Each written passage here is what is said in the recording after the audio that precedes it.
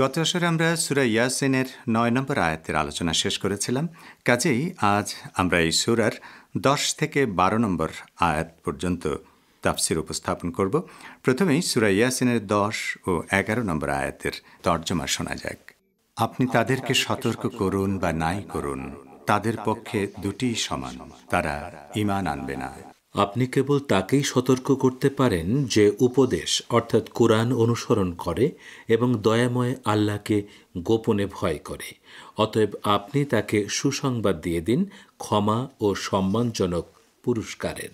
আগের আয়াতগুলোতে কিয়ামতের দিন কাফির ও মুশরিকদের ভয়াবহ শাস্তির কথা বর্ণনা করা হয়েছে। এই দুই আয়াতে বলা হচ্ছে কাফিররা আল্লাহর প্রতি বিদ্বেষ ও গোয়ার্তমির কারণে সত্য গ্রহণ করতে পারেনি। তারা হয় আল্লাহ রাসূলের যুক্তিপূর্ণ কথা শুনতেই অস্বীকার করেছে, অথবা যদিও বা শুনেছে তার প্রতি ভ্রুক্ষেপ করেনি। ভাবখানায় এমন যেন কিছুই শুনতে পায়নি। কাজেই এ ধরনের লোকদের সতর্ক করা বা না করা দুটোই সমান, কারণ তারা আগে থেকেই সিদ্ধান্ত নিয়ে রেখেছে ঈমান আনবে না। তাদের অন্তর হচ্ছে সেই শক্ত মাটির মতো যার মধ্যে বৃষ্টির পানি প্রবেশ করে না। এ ধরনের মাটি স্বাভাবিকভাবে সতেজ হয় না এবং তাতে কোনো উদ্ভিদও গজায় না। পরের আয়াতে বলা হচ্ছে সেই ব্যক্তিকে সতর্ক করলে কাজ হয় যে উপদেশ গ্রহণ করে তা মেনে চলতে মানসিকভাবে প্রস্তুত। গোটা পবিত্র কোরআনই হচ্ছে উপদেশ বাণী এবং এই মহাগ্রন্থের বহু আয়াতে বিশ্বনবী সাল্লাল্লাহু আলাইহি ওয়াসাল্লামকে মুজাক্কির বা উপদেশ প্রদানকারী হিসেবে উল্লেখ করা হয়েছে। প্রকৃতপক্ষে আল্লাহকে চেনা ও সত্য গ্রহণের ক্ষমতা মানুষের সহজাত প্রবৃত্তিতে দিয়ে দেওয়া হয়েছে। নানা কারণে মানুষ নিজের ভেতরে থাকা সেই উপলব্ধি ক্ষমতাকে উপেক্ষা করে। সেই সহজাত প্রবৃত্তিকে জাগিয়ে তুলে মানুষকে সঠিক পথের দিশা দেওয়ার জন্য আল্লাহ তাআলা নবী রাসূল ও আসমানি কিতাব পাঠিয়েছেন। যার অন্তর সত্য গ্রহণের জন্য প্রস্তুত, সে অবশ্যই রাসূল ও কোরআনে কারীম থেকে উপকৃত হয়। এ ধরনের মানুষ প্রকাশ্যে ও গোপনে আল্লাহর কথা স্মরণে রাখে এবং গুনার কাজ থেকে যথাসম্ভব দূরে থাকার চেষ্টা করে। এ ধরনের মানুষের প্রতি আল্লাহ তাআলা দয়ালু আচরণ করবেন, তাদের গুনাহগুলোকে ঢেকে রাখবেন এবং নেক কাজের জন্য তাদেরকে পুরস্কৃত করবেন। এই দুই আয়াতের শিক্ষণীয় দিকগুলো হলো: এক, প্রতিটি মানুষকেই পরকালের ব্যাপারে সতর্ক করতে হবে। এই সতর্কবাণী শুধুমাত্র উপদেশ গ্রহণে প্রস্তুত ব্যক্তিকেই সঠিক পথের দিশা দিতে পারে, অন্য কাউকে নয়। দুই, প্রকৃত ঈমান হচ্ছে গোপনে ও অন্তরে আল্লাহকে ভয় করা। শুধুমাত্র বাহ্যিক আচরণ ও পোশাক আশাকে ঈমানদারি যথেষ্ট নয়। তিন, যারা আল্লাহ রাসূলের সতর্কবাণী গ্রহণ করে তারাই আল্লাহর রহমত লাভ করবে এবং তাদেরকেই জান্নাতের সুসংবাদ দেয়া হয়েছে। এবারে সূরা ইয়াসিনের ১২ নম্বর আয়াতের তর্জমা শোনা যাক।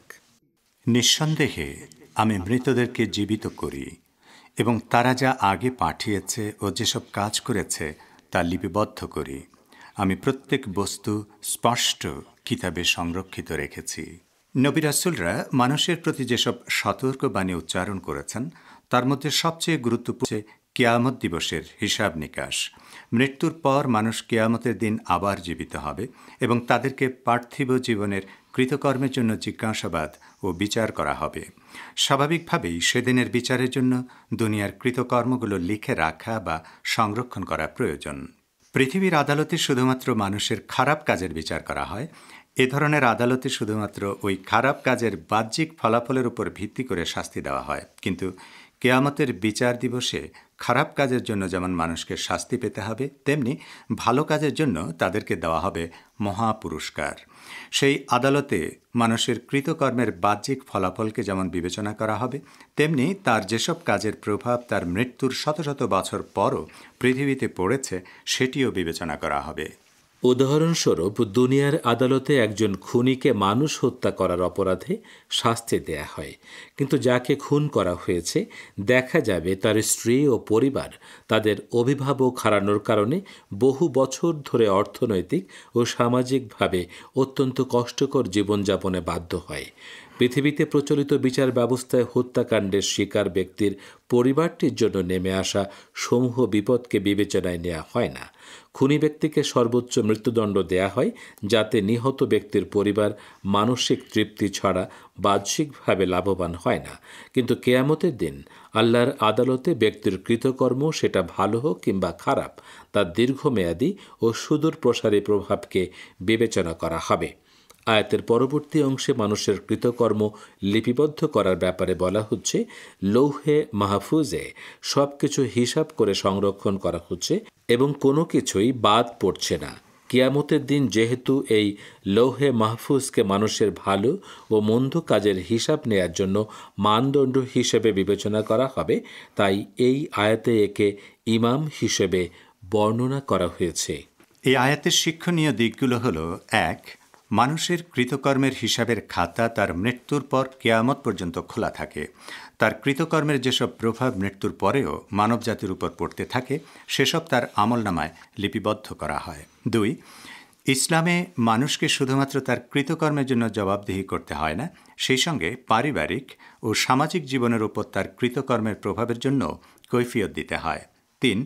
কিয়ামত দিবসের কোনো বিচার অনুমান নির্ভর হবে না, বা সেখানে সাক্ষ্য প্রমাণের অভাবে ভুল বিচারেরও কোনো আশঙ্কা নেই, বরং সেদিনের বিচার হবে সুস্পষ্টভাবে লিপিবদ্ধ আমলনামার ভিত্তিতে, যাতে কোনো ধরনের কম বেশি করা হবে না।